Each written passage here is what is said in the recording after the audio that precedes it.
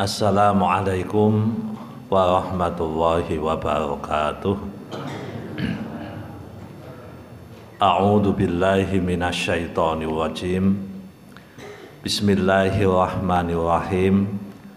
Alhamdulillahilladzi an'ama 'alaina bi ni'matil imani wal islam. Wassalatu wassalamu ala sayyidil anam wa ala alihi wa ashabihil kiram. Asyhadu an la ilaha illallah wa asyhadu anna muhammadan abduhu wa rasuluh, amma ba'd. Bapak-bapak, ibu-ibu, hadirin hadirat jamaah Masjid Al-Mustaqim rahimakumullah. Pada kesempatan yang baik ini, marilah kita senantiasa memanjatkan puji syukur kehadirat Allah Subhanahu wa Ta'ala. Atas limpahan nikmatnya kita kembali dipertemukan di majelis yang insya Allah barokah dalam keadaan sehat walafiat. Sholawat dan salam kita haturkan pada junjungan kita Nabi Agung Muhammad Sallallahu Alaihi Wasallam.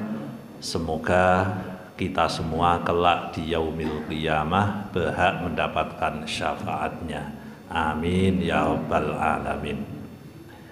Hadirin hadirat rahimakumullah. Malam ini kita sementara tidak membahas tentang kitab Arba'in Nawawi, tapi kita akan membahas tema yang lain, yaitu tema tentang umrah atau haji. Tadi pagi saya baru ngaji tentang haji di Masjid At-Taufik, dan sudah 2 kali minggu kemarin, minggu kemarin kan Maulid, berarti 3 minggu yang lalu, pembahasan tentang surat Al-Baqarah ayat 197 dimulai dari 196. Nah, Bapak Ibu, mungkin tema itu relevan untuk kita bahas pada kesempatan ini. Allah sampaikan di dalam Al-Quran surat Al-Baqarah ayat 196, A'udzu billahi minasyaitonir rajim. Wa atimmul hajja wal umrata lillah.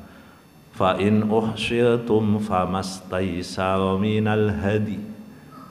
Al-ayah. Ini poinnya hanya di situ. Yang ayat 197. Al-hajju ashhurum ma'lumat. Faman farada fihinnal hajja fala rafatha wala fusuqa wala jidala fil hajj. Wa ma taf'alu min khairin ya'lamhu Allah wa tazawwadu fa inna khairaz zadi taqwa wattaquni ya ulil albab, dan seterusnya. Nah, jadi Ibu Bapak, di ayat yang kita baca ini, yang pertama Allah sampaikan wa atimmul hajja wal umrata lillah. Sempurnakanlah ibadah haji dan umrah karena Allah. Ini menjadi satu catatan khusus.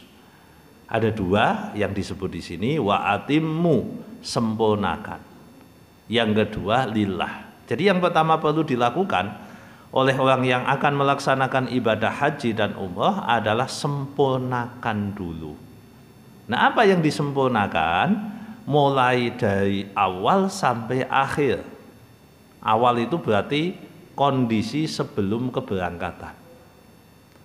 Jadi orang-orang yang mau berangkat haji atau umrah, yang pertama apa yang perlu disempurnakan? Yang perlu disempurnakan adalah yang mau dibawa. Jadi yang mau dibawa harus sempurna, harus baik. Artinya pakaian yang dibawa haruslah pakaian yang bersumber dari harta yang halal. Jadi kalau kita mau haji atau mau umrah, baju ini di cross check dulu. Ini baju ini sumbernya halal atau abu-abu. Dikosek dulu. Oh ini halal, masuk. Ini abu-abu, minggir. Nah, ini haram, jauh. Begitu. Jadi pakaian yang kita pakai itu betul-betul melalui validasi yang berlapis. Validasi A, validasi B, validasi C. Checklistnya betul-betul hati-hati. Itu kalau yang kita sebut dengan sempurna. Kenapa pakaian penting? Karena ke sana kita pasti pakai pakaian. Ibadah haji atau umrah itu pasti menggunakan pakaian. Padahal pakaian itu juga menentukan ibadah. Pakaian yang kita pakai itu menentukan kemuliaan, keafdolan, dan bisa jadi keabsahan ibadah. Yang halal dulu, pakaian. Yang kedua adalah sangu. Orang yang mau melaksanakan ibadah haji atau umrah itu mesti sangu. Sangu nopo? Sangu makanan, sangu duit, dan sangu-sangu yang lain. Nah, ini juga dipastikan.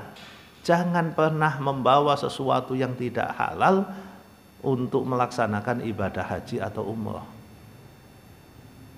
Ini pesannya Imam Ghazali seperti itu. Duitnya sing digawa sing halal. Jadi betul-betul dikosek. Betul-betul diteliti. Dah duit-duit sing ora patek cetha tinggal ngomah sik. Duit-duit sing ora patek jelas tinggal ngomah sik. Kalau kita pengen menyempurnakan ibadah yang akan kita laksanakan. Sebab banyak Bapak Ibu, ini kalau kita cerita sufi ya, cerita tasawuf, boleh dipercaya, boleh tidak. Jadi suatu saat ada seorang ulama, beliau disenggol sama temennya.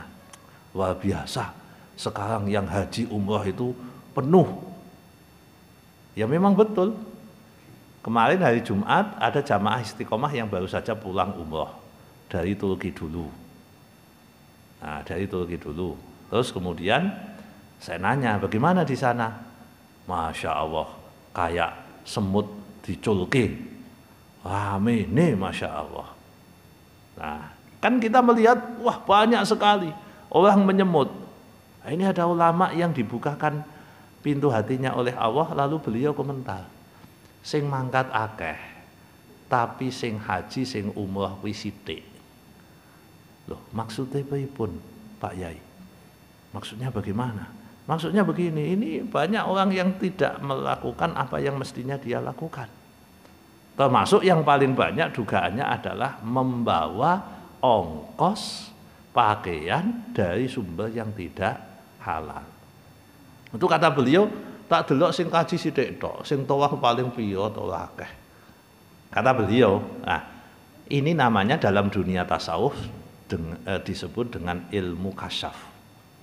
Ilmu kasyaf itu ilmu terbukanya sesuatu. Jadi kita itu semacam diberikan akses mengakses manusia bukan hanya dari sisi fisik. Kan ilmu-ilmu seperti ini kan sudah jarang, jangankan yang non fisik, yang fisik aja sekarang sudah pada hilang. Loh, di Quran itu ada ayat namanya orang-orang itu namanya mutawasim. Mutawasim itu ahli membaca sesuatu. Dulu yang namanya mutawasim itu menjadi kompetensi publik, kompetensi banyak orang. Kalau zaman dulu betul, mutawasimin itu betul-betul memang menjadi kompetensi mayoritas umat Islam. Nah, sekarang menjadi kompetensi minoritas. Apa sih mutawasim itu? Orang pandai membaca tanda. Dulu itu Bapak Ibu, orang kalau mau nikah, kata Nabi gini, sampai nek meh nikah, udah lihat perempuan itu, udah lihat wajahnya sama telapak tangan, udah paham itu. Udah paham. Jadi melihat wajah perempuan, melihat telapak itu udah paham. Oh iki nesunan, ngamuan, iki boros, iki ketok Pak Bu. Alhamdulillah saat niki rapate akeh sing ngerti. Jadi pentelengi yo ora ngerti paling. Wah cantik. Iya ngerti ini cantik tok, tapi semburat wajah ini yang mengindikasikan sesuatu enggak tampak. Enggak tampak. Karena orang jarang mengetahui tentang ilmu-ilmu seperti ini. Padahal itu ada dan syariatnya ada. Syariatnya ada. Nah, tapi yang tadi kita sebutkan itu memang Allah yang ngasih. Jadi melihat, lu kok sidik men to sing ibadah. Kok sidik men sih sing umrah. Padahal kita akeh kok dalam pandangan saya kok sedikit. Yang lain menghilang dari pandangan saya. Nah, itu dugaannya karena dia tidak menyempurnakan dari awal. Maka Bapak Ibu, sangu sing sae. Sangu sing halal, betul-betul halal, validasi betul. Validasi betul. Karena kalau ini tidak diperhatikan sejak awal, kita mau membahas yang berikutnya nanti kaitan dengan makbulatul umroh, diterimanya umroh atau mabrurnya haji, itu kan agak jauh kalau ini belum diperhatikan dulu. Makanya yang diperhatikan pertama ya ini. Yang diperhatikan pertama adalah pakaiannya bagaimana, sangunya bagaimana. Itu poin pertama, wa atimul hajja wal umroh. Sempurnakanlah ibadah haji dan umroh. Poin yang kedua, Bapak Ibu, apa upaya yang bisa kita lakukan agar ibadah haji dan umroh itu sempurna? Penuhi rukunnya dengan serius. Penuhi rukunnya dengan all out. Lakukan sesuatu secara maksimal. Bukan sekedar yang penting lakoni. Nah, saya kasih contoh ini. Saya yakin di sini banyak yang sudah haji, banyak yang sudah umroh.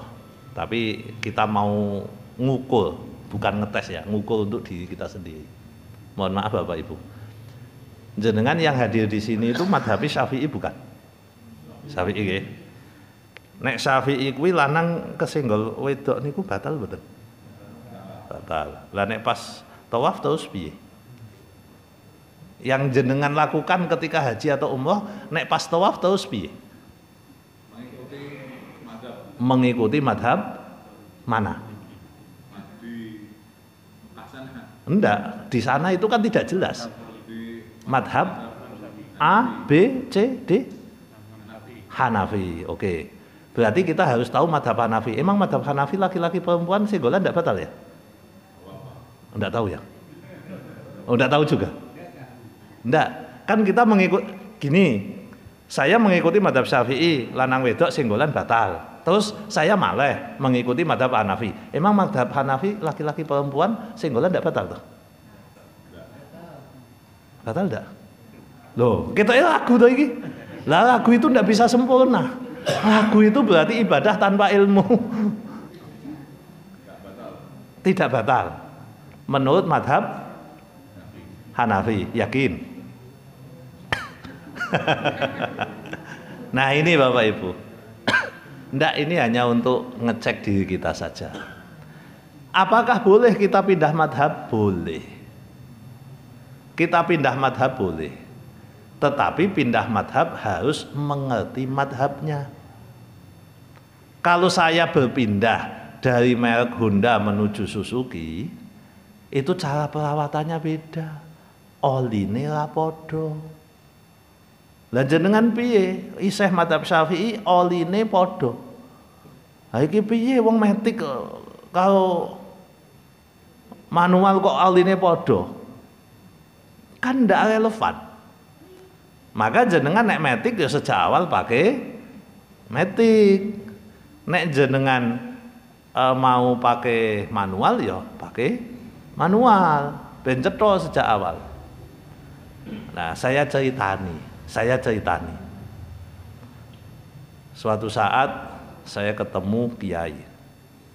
Kiai lho niki, mboten orang biasa. Kiai. Dan terkenal, termasuk yang terkenal. Dia adalah pembimbing saya. Oh, jadi pembimbing saya waktu haji. Saya nanya, "Pak, niki saya bertanya jenengan sebagai ulama, sebagai kiai. Saya jenengan ngajine podo-podo kitab madhab Syafi'i. Nek menurut jenengan, senggolan lanang wedok kuwi batal mboten? Ya nek menurut mazhab Syafi'i ya batal. Lah terus jenengan kan pembimbing saya ini. Kalau nanti saya tawaf terus senggolan batal pula. Ya pindah madhab. Oke. Nah saya boleh tahu ndak madhab apa yang kita ikuti dan kitab apa yang kita ikuti? Kan saya mau pindah madhab ini. Berarti madhab kan kudu ada catatan kan, ada referensi, ada validasi ini. Nah terus yang saya ikuti itu madhab apa? Wis pokoknya pindah wae. Pokoknya kula dereng nampa nek muni pokoknya pindah. Madhab apa? Maliki, Hanafi, Syafi'i, apa Hambali? Sing cethose. Kalau kita pindah ke madhab Hanafi, taruhlah begitu, atau panjenengan pindah ke madhab Maliki, kitab apa yang kita ikuti? Kitab apa yang kita ikuti? Kalau kita tidak mengikuti kitab, kuwi jenenge hoak napa mboten? Kula takon ngoten. Akhirnya dia bingung. Aku ya ora ngerti kok, Mas. Wong aku ya nggongok dawuh kiai. Lah jenengan kiai nggongok dawuh kiai berarti tasalsul mubang-mubeng lah.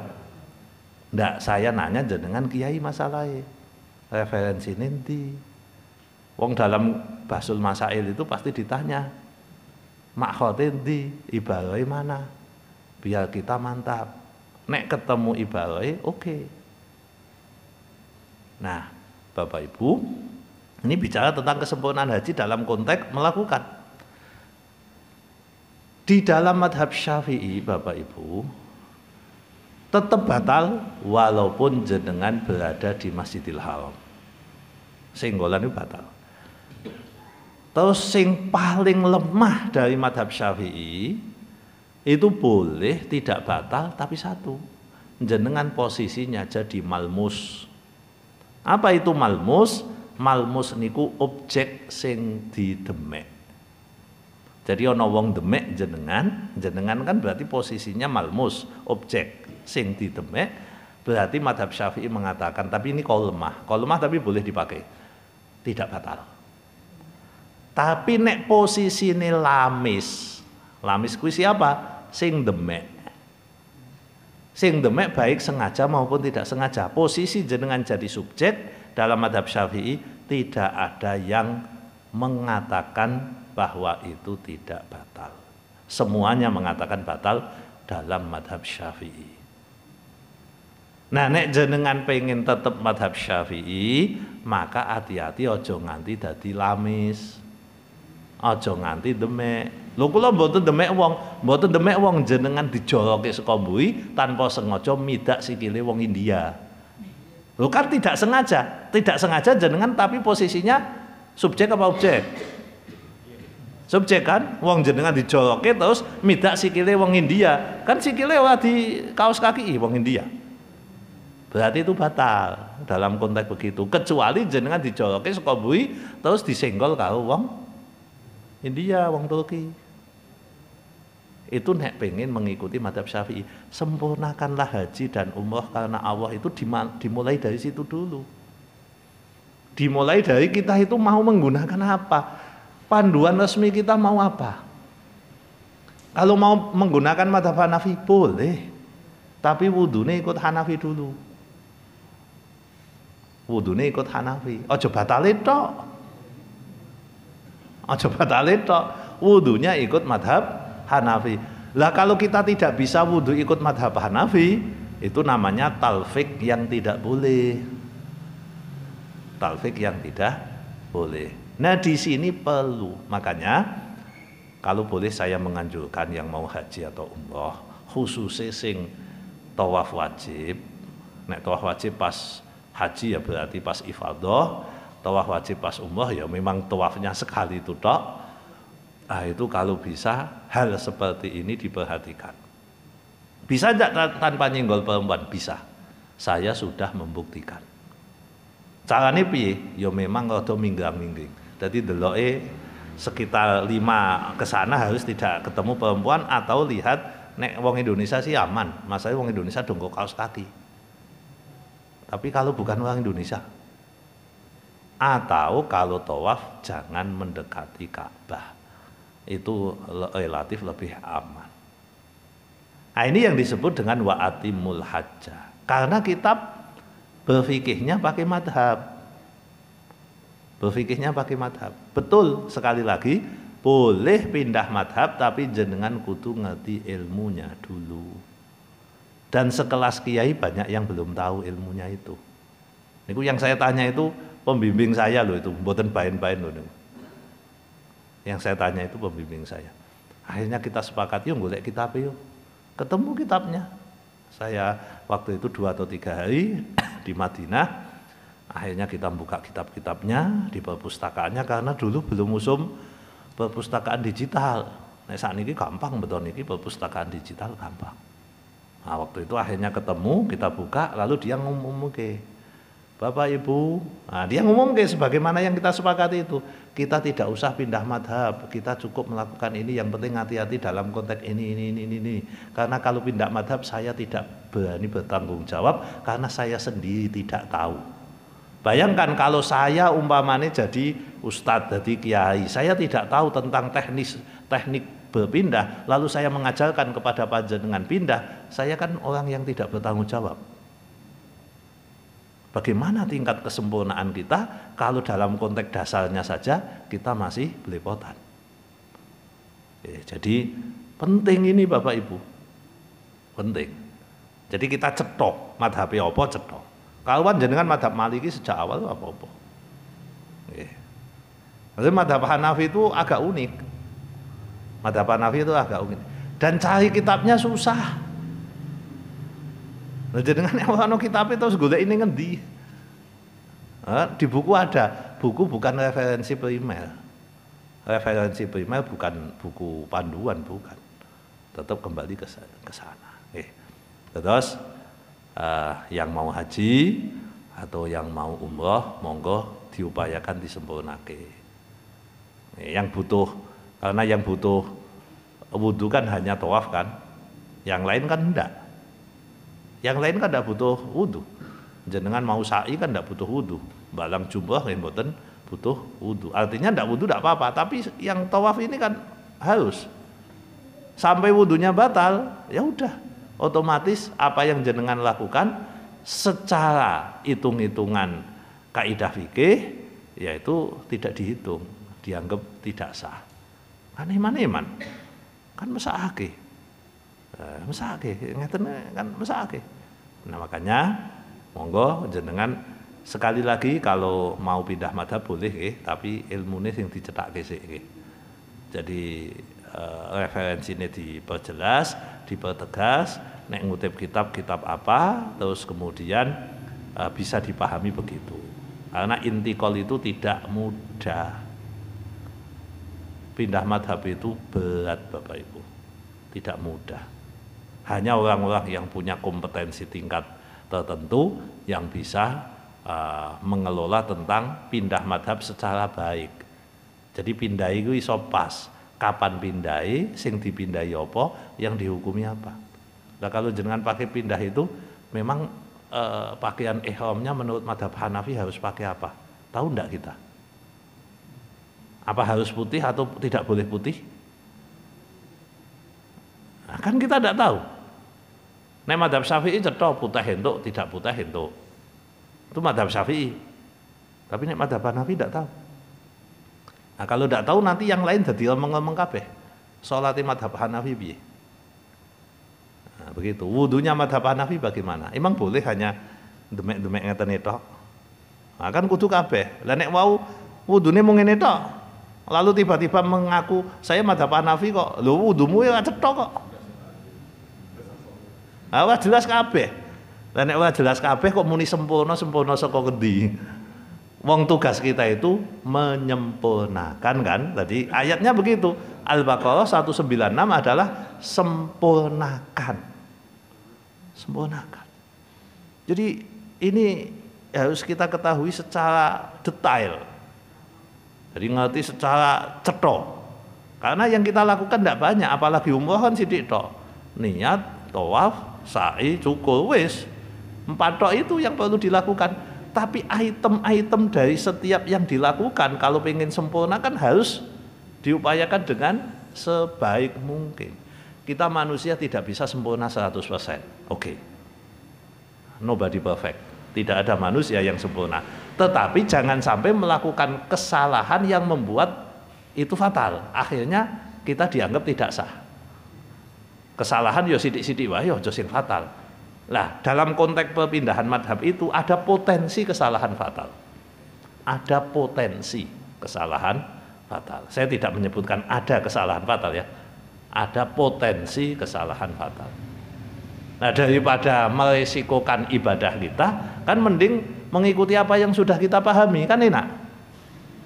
Cuma al-qasoni sidik tok niku agak menjauh. Itu aja. Hanya itu. Utawa nek batal ya wudu neh. Kan mboten tok to dong. Wah, kula kesinggol wong wedok. Ndak usah kemudian mengatakan ketoke ora kok membela diri, apologi. Mboten Pak, ketoke mboten. Lho lah sing takon sapa? Sing ngrasake sapa? Ndak usah apologi, kita berusaha melakukan sesuatu yang terbaik menurut apa yang kita bisa lakukan. Wong itu bisa kok Bapak Ibu. Saya ngomong masalahnya saya praktik. Saya praktek. Jadi bisa. Nggih. Tahun 2019 saya nanya sama pembimbingnya padha wae jawabane. Pak niki piye? Sudah apa-apa Pak, wis teko mantep wae. Wah, ndak bisa saya begitu.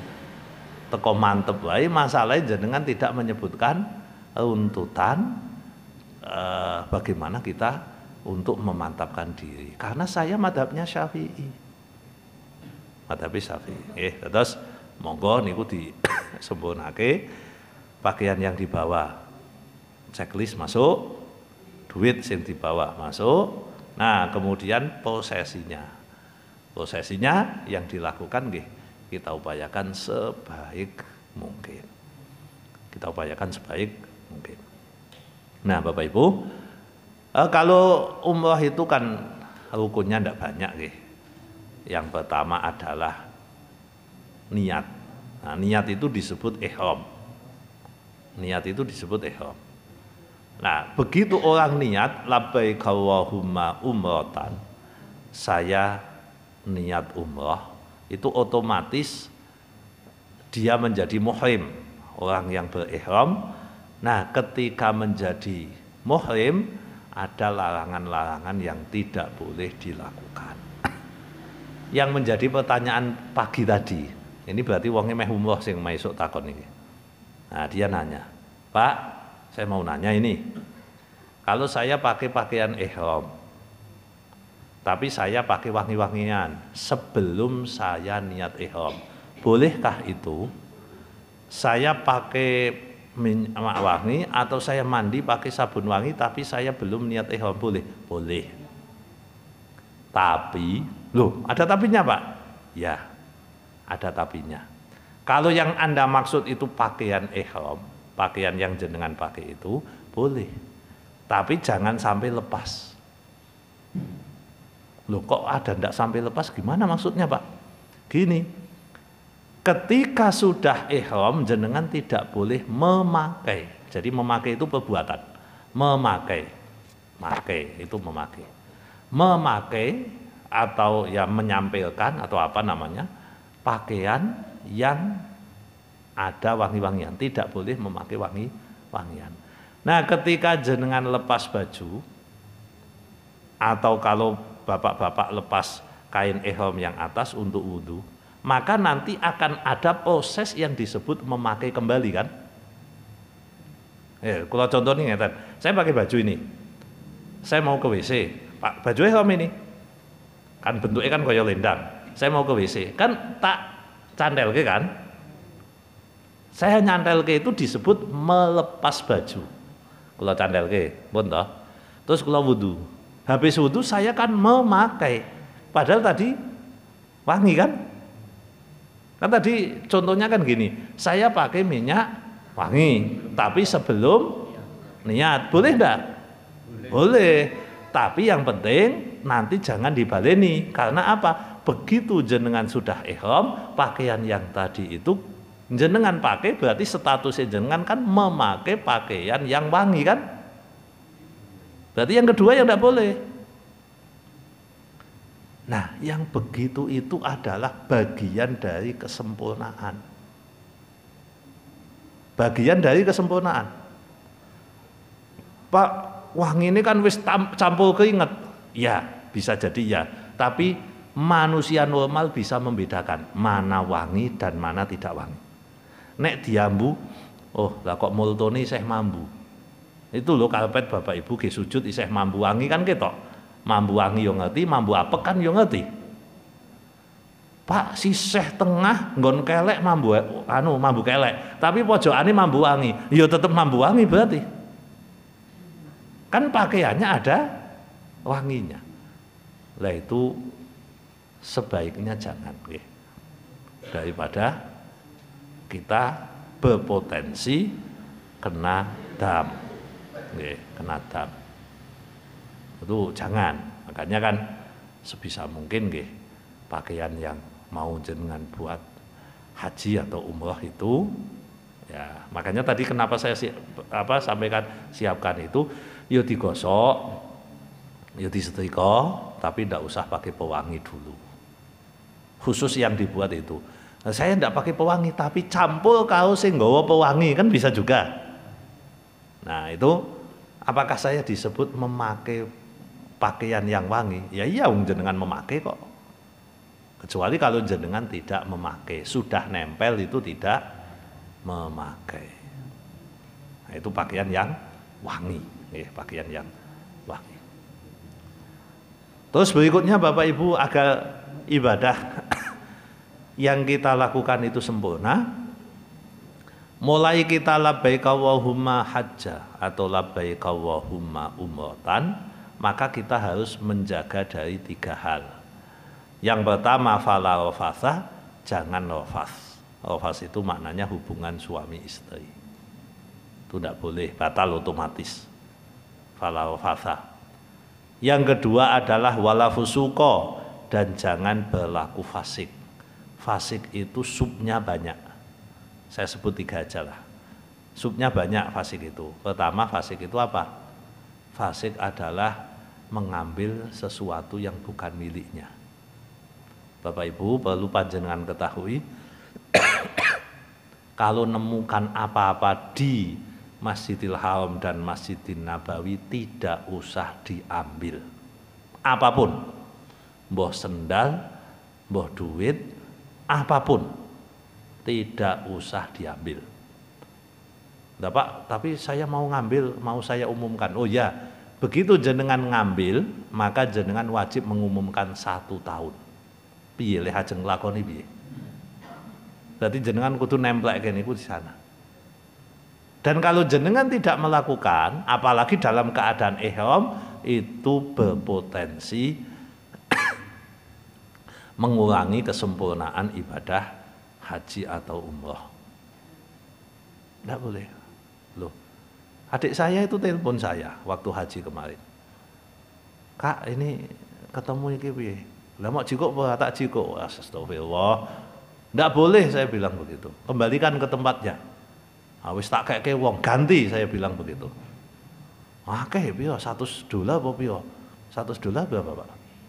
1.500.000 ya? Iya. 1.500.000 ganti.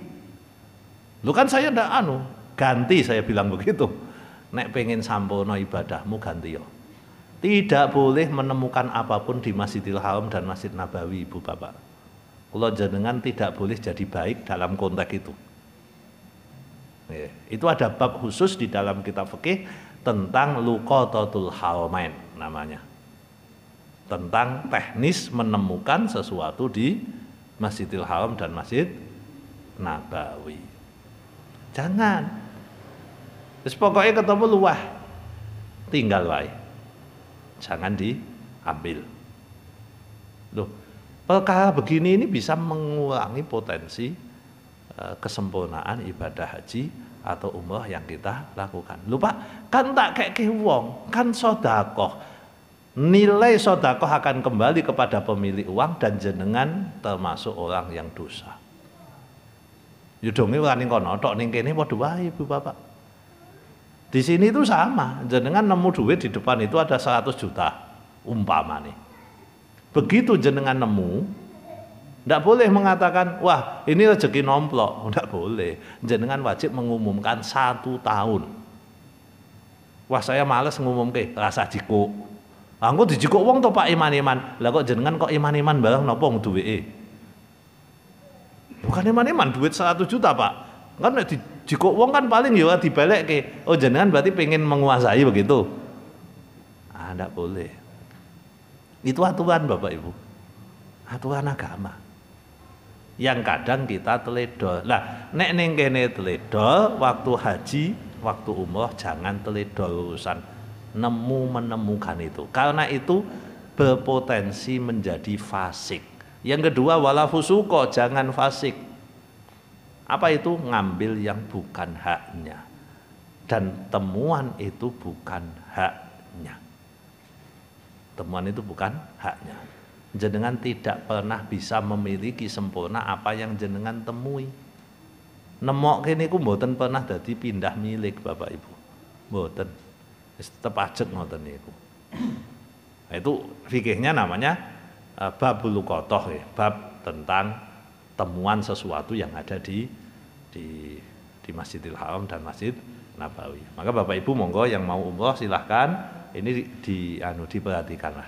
Nemu barang apik luweh. Wah ana jam apik Pak. Luweh. Wah kula donge rada ngesil Pak. Luweh.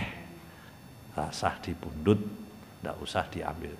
Coba bayangkan kalau di sini ada barang hilang ndak ada yang ngambil. Kan sing goleki kan 99% ketemu. Sakniki kan kualik, 99% barang hilang ora ketemu. Kok meneh kok ilang. Ketinggalan ku lho ning ngene kafe, nggih 5 menit ucul lho wis ana. Digoleki ora ana sing ngaku, mbasa CCTV-ne ketok kek ngaku. Oh, lah mental nyolong anjen. Nggih.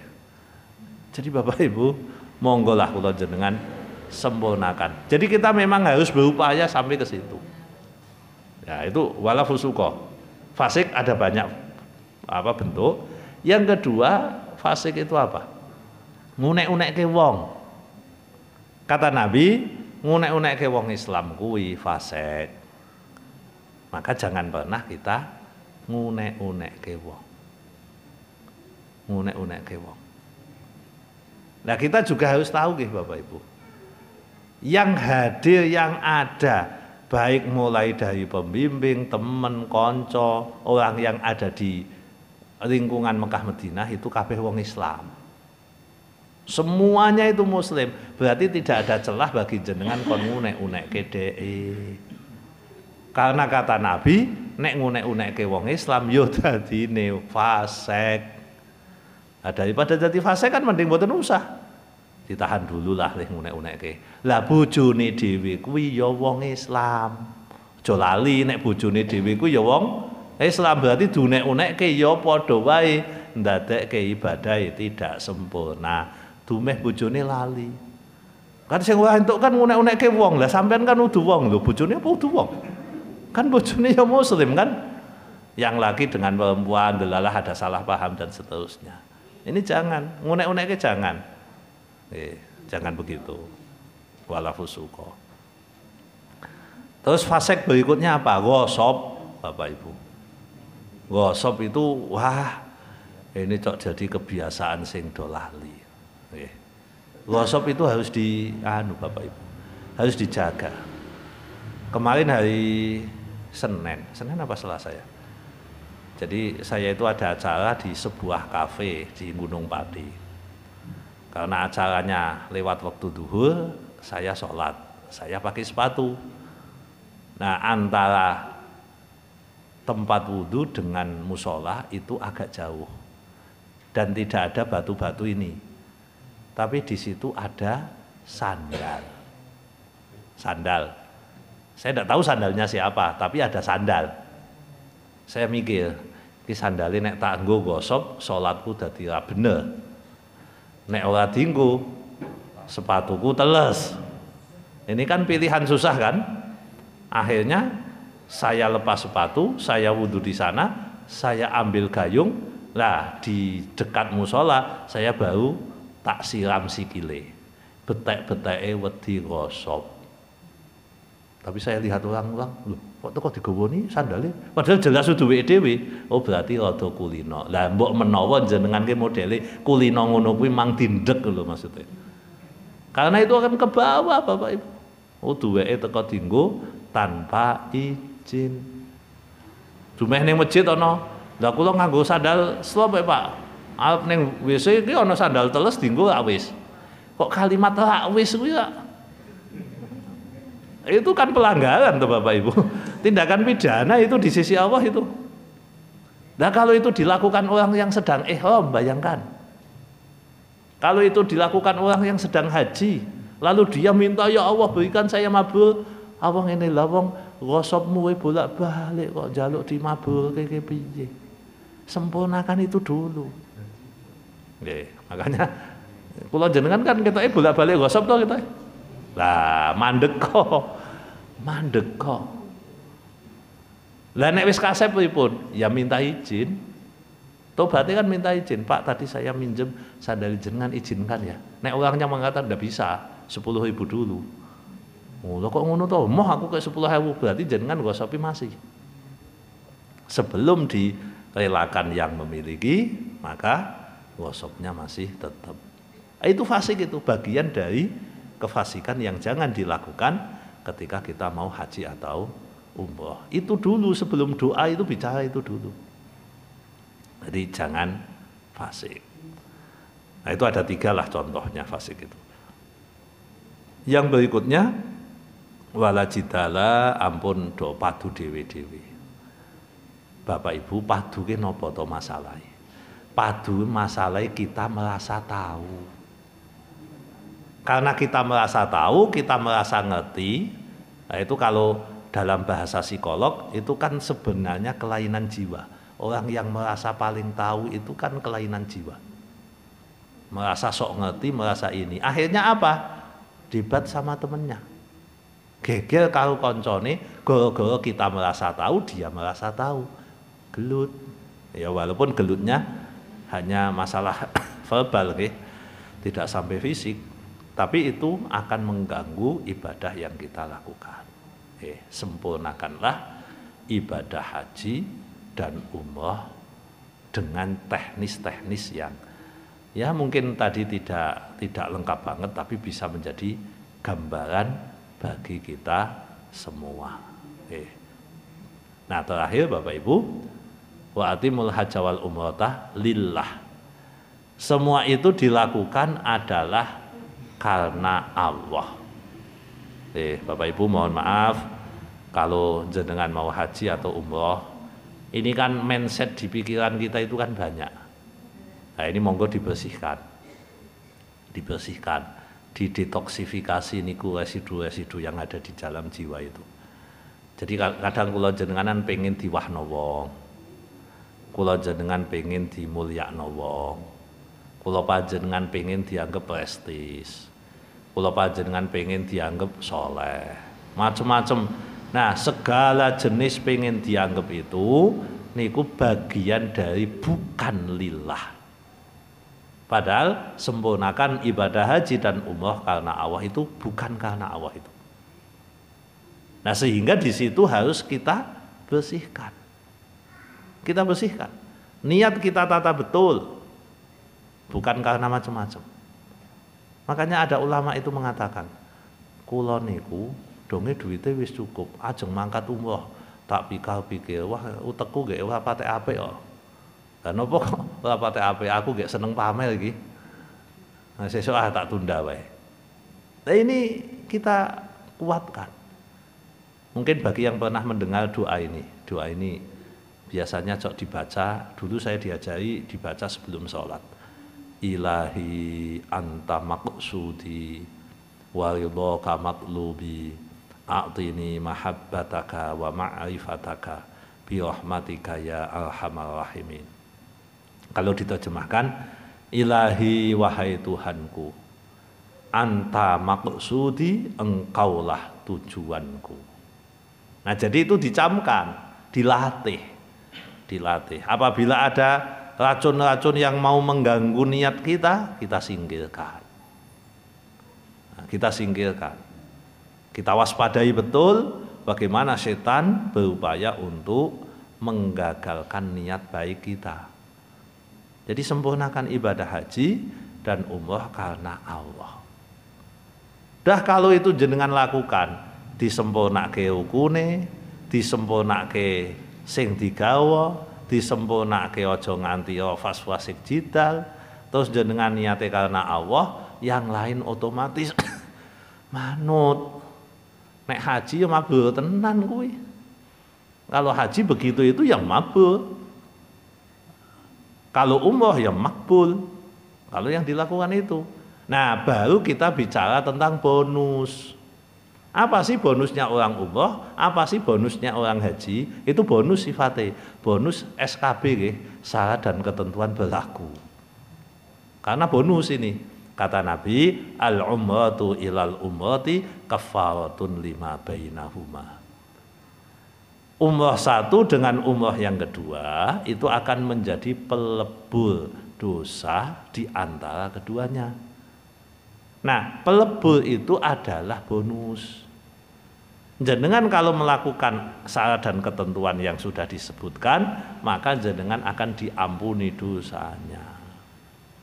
Itu orang pulang umrah itu dihapus dosanya.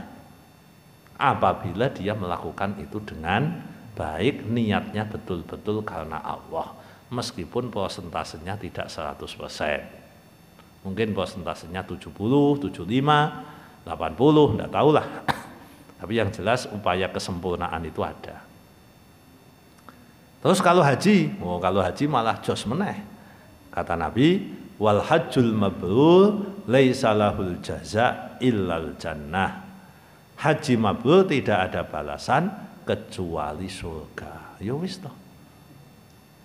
Lah Pak, hajine mabrur tapi baru kuwi nakal. Nek hajine mabrur tenan tetep mlebu swarga. Lho Pak, kan tanda-tandane haji mabrur bari kan apik. Ya itu kan tanda-tanda. Lah nek umpamane hajine mabrur karena stempel haji mabrur kan pas balik tuh Bapak Ibu. Stempelnya kan mboten ngenteni mati. Wong iku udah ada stempelnya dari malaikat kok. Ini hajimu mabrur. Sebab apa? Syaratnya, rukune, sunai, kesempurnaane mau lakoni kabeh. Sing dilarang ora mau lakoni. Sampeyan untuk sertifikat jenenge haji mabrur. Lah sertifikat ini ku mboten dibatalke mergo maksiat. Bukan. Lah kata apa yang disampaikan banyak kiai itu mengatakan bahwa tanda-tanda ya itu tanda-tanda Bapak Ibu, bukan stempel. Jangan saged bedake antara stempel karo tanda-tanda kan? Nggih, stempel. Nek stempel itu berarti resmi. Allah sudah meresmikan Anda itu hajinya mabrur, umrohnya mabrur sejak pulang, sejak selesai. Udah ada penilaian. Jadi penilaiannya tidak ditunda. Penilaiannya itu kan langsung. Jenengan nglakoni apa, malaikat kan nggawa catetane di checklist kan. Oh ya, betul. Lalu kemudian di divalidasi sudah ini nilainya 85 masuk mabrur. Ya udah distempel haji mabrur, mulih bathuke wis ahlul jannah. Kuwi haji mabrur dahsyat Bapak Ibu. Dahsyat haji mabrur itu luar biasa. Karena kata Nabi jadi surga. Lah yang haji mabrur banyak atau dikit? Ndak tahu. Tapi kita yang pernah haji mesti iso mitani dhewe-dhewe. Iki 80%, 70%, 60% apa 30%. Lah Pak, kalau hajinya tidak mabrur berarti ditolak? Tidak juga. Haji yang tidak mabrur bukan berarti ditolak. Haji tidak mabrur itu ya ndak dapat bonusnya saja. Bonusnya dia ahlul jannah stempel dengan haji itu ya ndak dapat itu aja. Lah yang lain ibadahnya lontar jumroh, tawaf untuk bonus pahala, oh tetap gajinya tetap, tapi bonusnya yang ndak dapat. Nah monggo Bapak Ibu supaya haji dan umrah ini sempurna dan kita juga bisa mendapat bonus yang semestinya. Masalahnya bonusnya lebih gede daripada gaji ya Bapak Ibu. Jenengan tahu gajinya direktur Bank Mandiri betul? Gajinya sithik Pak, paling 75 juta. Tapi bonusnya sesasi nganti 1 miliar. Nah, pilih bonusnya apa pilih gajine? Bupati gajine pinten? 7 juta. Gajine 7 juta, bonusnya? Wah, akeh banget. Akeh banget. Nah, kaji yang ngoten, kaji ke gajine gede, Pak. Orang haji itu pahalanya ini. Betul, tapi bonusnya masuk surga. Tetap gede masuk surga nih kan? Nah, cuma bonusnya kudu SKB tadi. Syarat ketentuan berlaku. Umroh itu bonusnya di ngapura dosane, itu bonus. Makanya orang yang pulang umroh itu ya kita husnudzon saja, semoga dia baik, ya kita nyuwun donga. Jenengan dongake kula kan dosane jenengan wis entek. Entek piye, Pak? Entek ning ning pesawat tak isi meneh mau. Mulih wis tak isi meneh. Oh iya, urusane beda nggih. Ya. Jadi Bapak Ibu, orang yang pulang haji atau pulang umroh, karena haji pasti umroh, kalau umroh kan tidak pasti pakai haji kan. Nah itu monggo ndongake kancane, kersane kancane niku mendapatkan kebaikan. Oke. Saya kira itu Bapak Ibu yang bisa saya sampaikan. Ini ada tanya jawab betul ini? Enten. Oh, monggo. Kalau ada tanya jawab dipersilahkan.